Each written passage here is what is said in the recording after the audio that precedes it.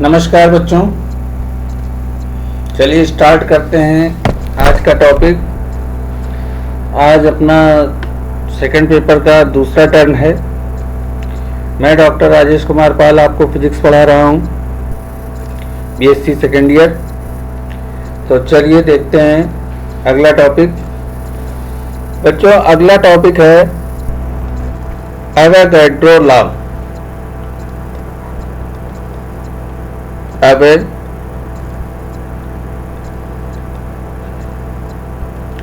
Law.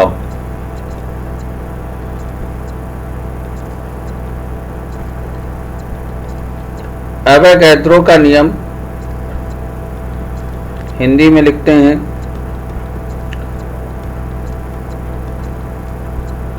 Avogadro का नियम।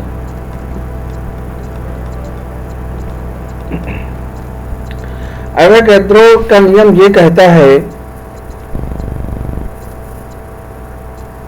कि यदि टेम्परेचर, प्रेशर और वॉल्यूम एक जैसा रखा जाए, क्या क्या? टेम्परेचर, प्रेशर एंड वॉल्यूम, ताप, दाब और आयतन यदि एक जैसा रखा जाए तो सभी गैसों में अणुओं की संख्या एक समान होती है।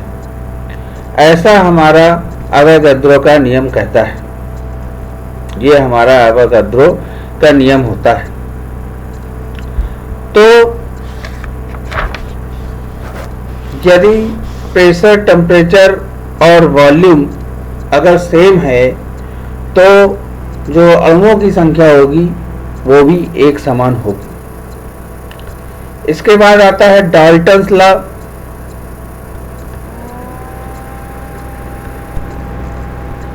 Dalton's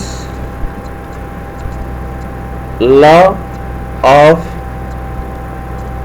partial pressure. बच्चों, ये पेपर ऑब्जेक्टिव होगा, इसलिए मैं आपको बहुत ज़्यादा चीज़ें लिखा नहीं रहा हूँ, पॉइंट्स बता रहा हूँ। जो जो चीज़ें आ सकती हैं वो मैं बता रहा हूँ, ठीक है। डाल्टन का नियम कहता है यदि हम किसी बर्तन में कई गैसें मिक्स कर दें, यानी कि जैसे हीलियम, हाइड्रोजन, नाइट्रोजन, ये सारी गैसें अगर हम मिक्स कर दें तो मिक्स गैस का जो प्रेशर होगा वो प्रत्येक गैस के प्रेशर के योग के बराबर होगा।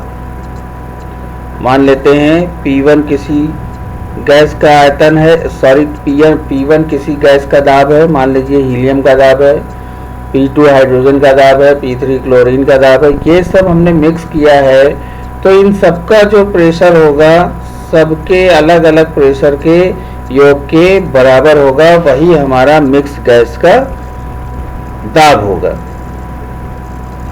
इसके बाद आता है ग्राहम के विसरण का नियम, Graham law of diffusion.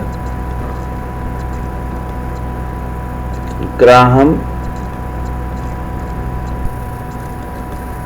Law of diffusion. Graham का विसरण नियम। ग्राहम का विसरण नियम कहता है कि रेट ऑफ डिफ्यूजन यानी विसरण की दर इनवर्सली प्रोपोर्शनल होती है square root of its density. यानी जो विसरण की दर होती है वो इनवर्सली प्रोपोर्शनल होती है square root of its density.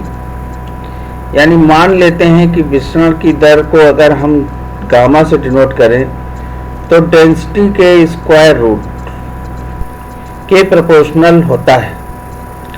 अब अगर इसको हम इस तरीके से लिखें, गामा 1 अपॉन गामा 2, तो अंडर रूट रो 2 अपॉन रो 1, ये हम लिखेंगे इस फार्मूले को। ये हमारी विसरण का नियम कहता है विसरण की दर जो होती है वो घनत्व के वर्गमूल के व्युत्क्रमानुपाती होती है। अगला टॉपिक है बच्चों अगला टॉपिक है interpretation of temperature on the basis of kinetic theory, यानी गतिज सिद्धांत के आधार पर ताप की व्याख्या। गतिज सिद्धांत के आधार पर ताप की व्याख्या। तो जरा समझने की कोशिश करते हैं।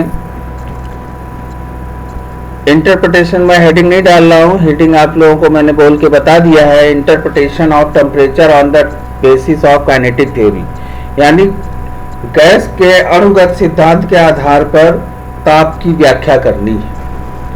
तो व्याख्या करना बहुत आसान है, जरा देख लेते हैं इसको। फार्मूला होता है बच्चों 1/3 रो वी बार स्क्वायर। ये फार्मूला होता है प्रेशर का। इसको लिखा जा सकता है 1/3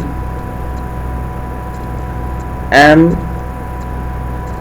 n v bar square upon v लिखा जा सकता है। अब यदि हम P को उधर उस तरफ ले जाएं तो हो जाएगा PV is equal to 1/3 mn v bar square. ये तो बच्चों n मालिक्यूल के लिए। अगर हम एक मालिक्यूल की बात करें,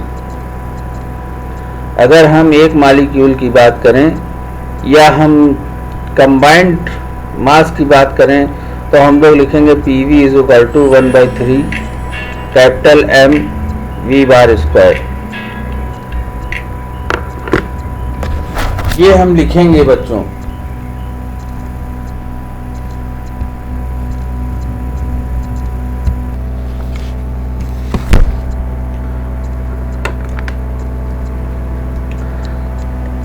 v को हमने उधर ले गए, PV is equal to 1/3 mv square हो गया बच्चों। अब देखिए PV इज इक्वल टू होता है RT। PV is equal to होता है RT, तो RT इज इक्वल टू आ जाएगा 1/3 m v बार स्क्वायर, इतना मिल जाएगा। अब यहां से अगर हम v बार की वैल्यू अगर निकालें तो कितनी मिलेगी? v bar square is equal to 3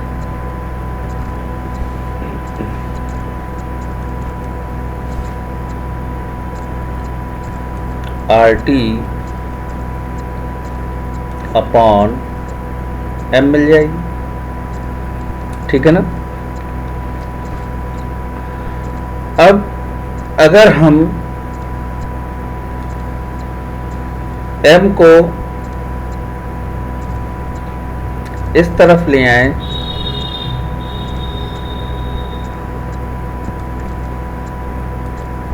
one by two का मल्टीप्लाई करा दें तो 1/2 का इधर भी मल्टीप्लाई कराएंगे,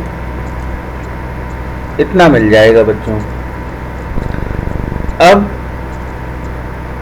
अगर हम दोनों तरफ n से डिवाइड करते हैं 1/2, ये तो आपका लिखा हुआ है mn v bar square upon n, और इधर भी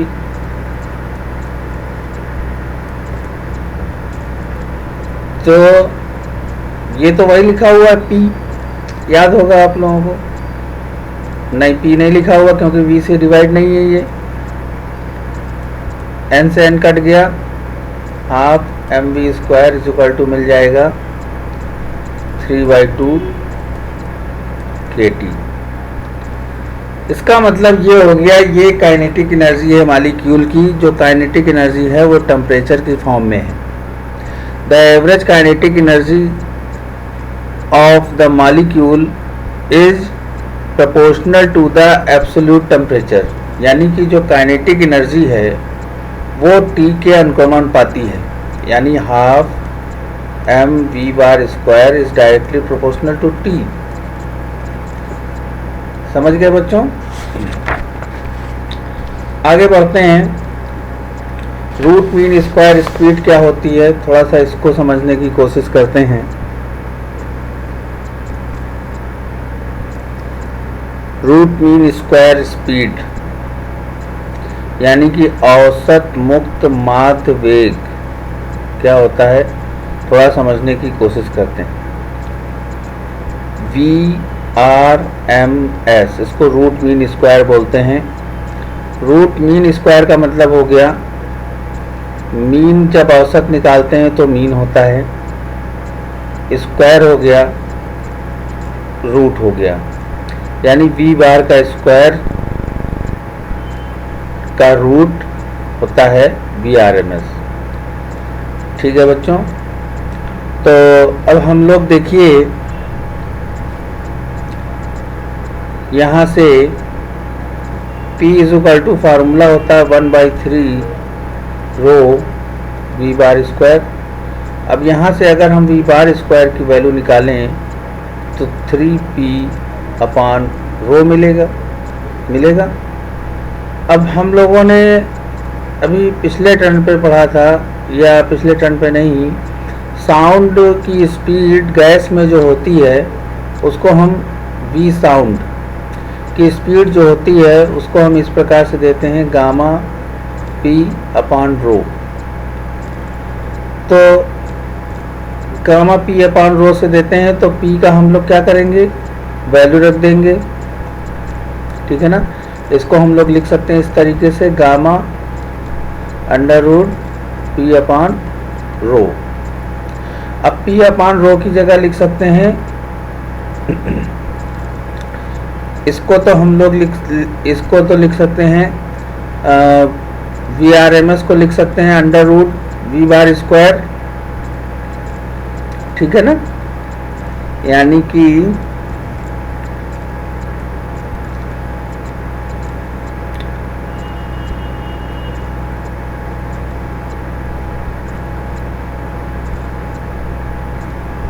अगर हम दोनों तरफ रूट लगा दें तो ये हो जाएगा VRMS।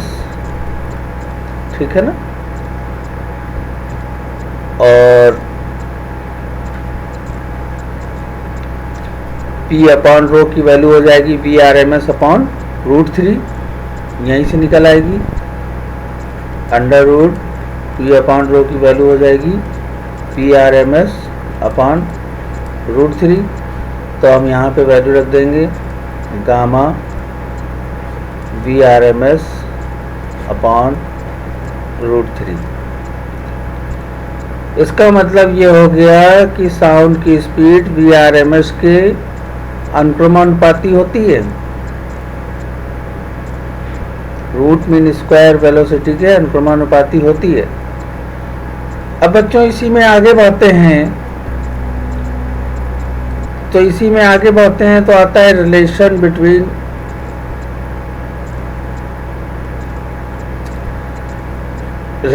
Between VRMS and molecular weight. तो VRMS और मॉलिक्यूलर वेट में क्या संबंध होता है वो देखते हैं। तो संबंध होता है, बहुत आसान सा होता है। VRMS जो होता है वो मॉलिक्यूलर वेट के इन्वर्सली प्रोपोर्शनल होता है। अगर दो गैसों के लिए अगर हम लेते हैं तो VRMS 1/VRMS सेकेंड, तो इसको हम लोग लिखेंगे √M2/M1। ये बच्चों फार्मूला होता है VRMS और मॉलिक्यूलर वेट में रिलेशन। ठीक है बच्चों, आज के लिए इतना ही। मिलते हैं हम लोग अपने नेक्स्ट वीडियो में, तब तक के लिए नमस्कार।